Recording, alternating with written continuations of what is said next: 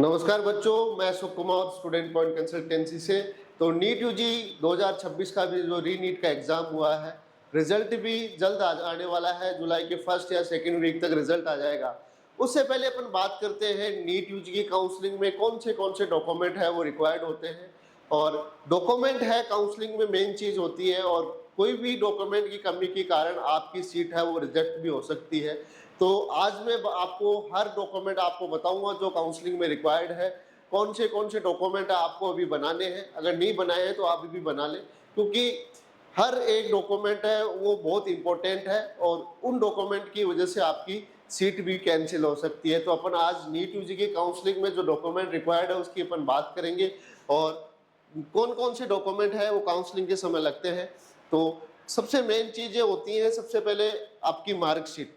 तो नीट की काउंसलिंग में बहुत सारे स्टेट है वो 11th की मार्कशीट भी मांगते हैं। तो 11th की मार्कशीट, 10th की मार्कशीट सभी बच्चों के पास होती है, लेकिन बहुत सारे बच्चे 11th की मार्कशीट स्कूल से नहीं लेते हैं। इफ अप्लीकेबल है, लेकिन जैसे राजस्थान स्टेट है इसमें 11th की मार्कशीट मांगी जाती है। और भी कुछ स्टेट है जिसमें 11th की मार्कशीट है वो आपके पास होना कंपलसरी है। अगर आप प्रमोट हुए हैं तो प्रमोट का सर्टिफिकेट आपके पास होना जरूरी है। और तो 10th 11th 12th की मार्कशीट है। उसके अलावा माइग्रेशन सर्टिफिकेट आपकी 12वीं की मार्कशीट आती है, उसके साथ है माइग्रेशन सर्टिफिकेट आता है राजस्थान बोर्ड का। अगर आप सीबीएसई बोर्ड से हैं तो आप डिजी लॉकर से भी माइग्रेशन डाउनलोड कर सकते हैं। बाकी लगभग बोर्ड है वो मार्कशीट के साथ माइग्रेशन इशू करता है। कैरेक्टर सर्टिफिकेट, लास्ट स्कूल जहाँ से आपने स्कूलिंग की है 6 महीने तक वैलिड होता है। अगर नहीं है आपसे, अगर दोबारा स्कूल वाले बना के ठीक दे तो ठीक, नहीं बना के देते हैं कि कैरेक्टर सर्टिफिकेट है वो 6 महीने तक ही वैलिड होता है। अगर 6 महीने से ज़्यादा पुराना है तो आप कोई भी गजेटेड ऑफिसर से कैरेक्टर सर्टिफिकेट बना सकते हैं। दूसरा, नीट का एडमिट कार्ड जरूरी है, इसको आप संभाल के रख लीजिए। अभी निकला क्योंकि साइट बंद हो जाती है, कई बार एडमिट कार्ड निकलते नहीं है काउंसलिंग के समय। तो आप अभी अपना एडमिट कार्ड है, अगर आपने सेंटर में जमा कर दिया, एडमिट कार्ड आपके पास नहीं है तो अभी से उसको डाउनलोड करके आप रख लीजिए। इसके अलावा स्कोर कार्ड नीट का रिजल्ट आने के बाद इसको भी ये चाहिएगा। नीट का जो एप्लीकेशन फॉर्म का कंफर्मेशन पेज था जब आपने नीट का फॉर्म भरा था, तो वो एप्लीकेशन फॉर्म भी आपको संभाल के रखना है। ये काउंसलिंग के समय आपसे मांगा जाएगा जब आपको कॉलेज अलॉट होगी। उसके अलावा कोई भी ID proof, Aadhaar card, PAN card, passport size photo, Aadhaar card या कोई भी आईडी है वो आपके पास आपकी होनी चाहिए। पासपोर्ट साइज फोटो 10 से 12 कॉपी आपकी जरूरी है, क्योंकि कॉलेज अलॉट होने के बाद कॉलेज में पासपोर्ट साइज फोटो आपसे मांगी जाएगी 10-12 कॉपी। गैप सर्टिफिकेट, अगर 12th के बाद आपको गैप है 1 या 2 साल के बाद, जैसे नीट का भी आपको मतलब सिलेक्शन हुआ है अभी, तो जितने साल का 12th के बाद का गैप है आपको गैप बनवाना है 50 रुपए के स्टाम्प पे।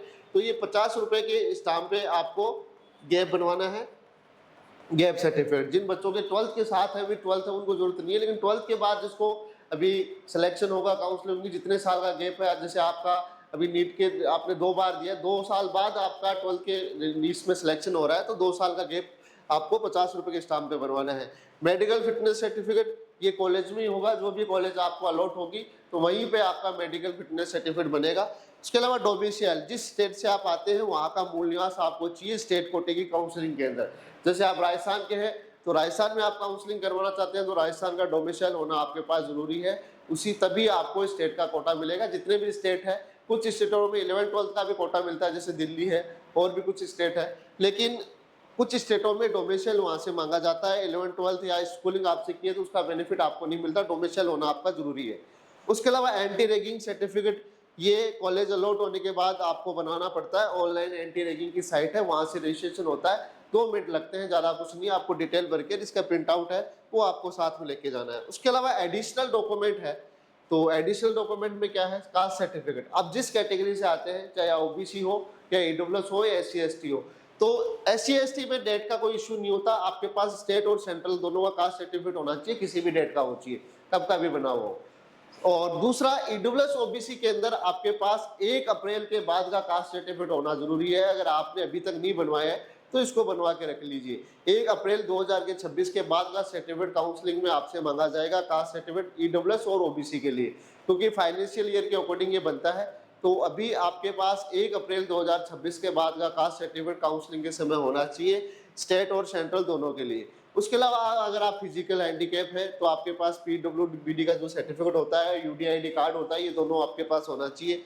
सिंगल गर्ल चाइल्ड है तो उसका भी जैसे कुछ जगह कोटा है दिल्ली वगैरह में, जो सिंगल लड़की है, कोई भाई बहन अगर वो नहीं है, अगर सिर्फ ओनली लड़की है, तो उसका भी दिल्ली स्टेट में इसका कोटा होता है, तो उसका भी एक सर्टिफिकेट बनता है। उसके अलावा जो ईएसआईसी कोटे से बच्चे हैं, जब भी ईएसआईसी कोटे के भी रजिस्ट्रेशन हो रहे थे, तो जिनका अभी अप्रूव्ड हो गया ईएसआईसी सर्टिफिकेट, जिन्होंने अप्लाई किया था नीट की काउंसलिंग के लिए, तो उनका एक आईपी सर्टिफिकेट बनता है, वो आपके पास काउंसलिंग के समय होना चाहिए।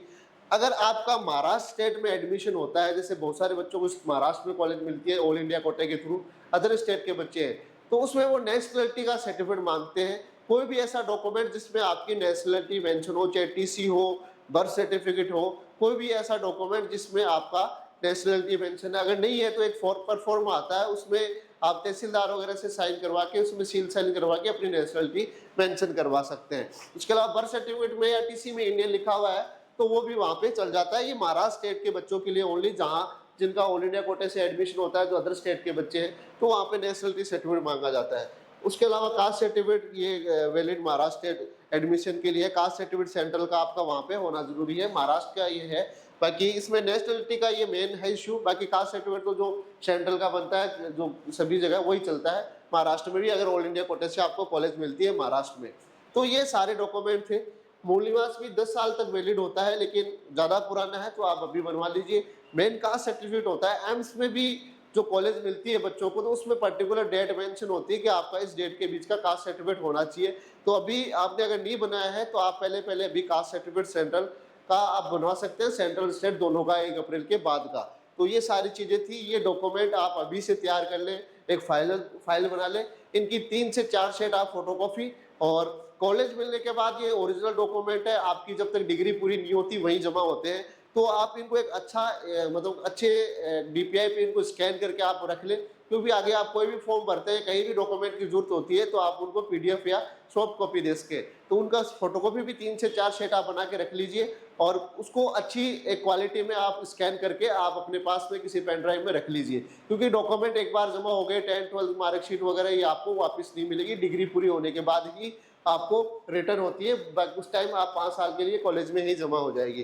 तो ये डॉक्यूमेंट थे सारे, ये आप अभी से इनकी तैयारी कर लीजिए। बाकी काउंसलिंग के लिए दोनों नंबर दिए गए हैं, और हमारा एक व्हाट्सएप चैनल है, फेसबुक चैनल है, और इंस्टाग्राम चैनल है, और टेलीग्राम चैनल है। उस पर हम सारी चीज़ें अपडेट करते हैं। आप 44 वाले नंबरों पर मैसेज करेंगे तो सभी जो काउंसलिंग के अलग अलग स्टेट के रजिस्ट्रेशन होते हैं, इस पर आप मैसेज करते ही व्हाट्सएप पे ऑटोमेटिक आपको हमारे जितने भी सोशल मीडिया चैनल है उनके लिंक आ जाएगा, उनको आप फॉलो कर लीजिए। हर स्टेट का जो रजिस्ट्रेशन है या कोई भी अपडेट आता है काउंसलिंग संबंधित, तो उसकी पूरी जानकारी इसमें मिलती है। कई हम लिस्ट वगैरह की भी, कॉलेजों की लिस्ट वगैरह भी प्रोवाइड करवाते हैं। तो सारा अपडेट है आपको इस चीज़ों पे, इस पे इन नंबर पे आपको मिल जाएगा। 44 वाले नंबर पे आप मैसेज करते ही। बाकी काउंसलिंग से संबंधित अगर आप काउंसलिंग करवाना चाहते हैं, राजस्थान से हैं, सीकर के आसपास से हैं, तो आप हमसे कांटेक्ट कर सकते हैं। बहुत सारे बच्चे सीकर में पढ़ते हैं, और सही काउंसलिंग आपको एक अच्छी कॉलेज दिलाती है। तो काउंसलिंग में बहुत रोल होता है। अगर आप सही जगह से काउंसलिंग करवा रहे हैं, मैं नहीं कह रहा आप मेरे से करवाएं, लेकिन कहीं भी करवा रहे हैं तो काउंसलिंग है, काउंसलर है वो आपका अच्छा होना चाहिए। क्योंकि बहुत सारी चीज़ें होती हैं, डॉक्यूमेंट है और भी चीज़ें हैं, तो उसकी पहले से आपको जानकारी होनी चाहिए काउंसलिंग से पहले। तो अगर आपको जैसे कॉलेज अलॉट हो गई, उस टाइम आपके पास कोई भी एक डॉक्यूमेंट कम है, तो आपको वहाँ से कॉलेज से बाहर कर दिया जाता है। तो इन चीज़ों का आपको ध्यान रखना है। ये डॉक्यूमेंट अभी से आप बना के रख लीजिए, और काउंसलिंग के लिए दोनों नंबर से आप कॉन्टैक्ट कर सकते हैं, क्योंकि हम लिमिटेड काउंसलिंग लेते हैं, और हमारी जितनी कैपेसिटी उतनी हम काउंसलिंग करते हैं। हर साल बहुत सारे बच्चे यहाँ से काउंसलिंग करवाते हैं। तो आप इन नंबरों पे आप कांटेक्ट कर सकते हैं। सीकर में स्टूडेंट पॉइंट कंसल्टेंसी के नाम से सीएलसी कोचिंग के पास हमारा ऑफिस है, और 10-12 साल से हम काउंसलिंग के लिए काउंसलिंग में हम काम कर रहे हैं। तो आप इन नंबर पे कांटेक्ट कर सकते हैं। और भी अभी जल्दी ही पहले तो अभी ओमार वगैरह आना बाकी है, और फाइनल आंसर की आने के बाद है वो रिजल्ट है नीट यूजी का जारी हो जाएगा। तो जुलाई के फर्स्ट वीक या सेकेंड वीक तक रिजल्ट है वो जल्द आने वाला है। क्योंकि लेट होगा रिजल्ट तो काउंसलिंग में टाइम लगेगा, सेशन लेट होगा, तो अभी रिजल्ट है वो जल्दी जारी होगा। कोई भी अपडेट आता है रिजल्ट से संबंधित, आपको हमारे यूट्यूब चैनल पे या व्हाट्सअप चैनल पे इसकी सूचनाएं मिलती रहेगी। तो ज़्यादा से ज़्यादा चैनल को फॉलो करें, शेयर करें, जिससे आपको इस तरह का अपडेट मिलता रहे। धन्यवाद, थैंक यू।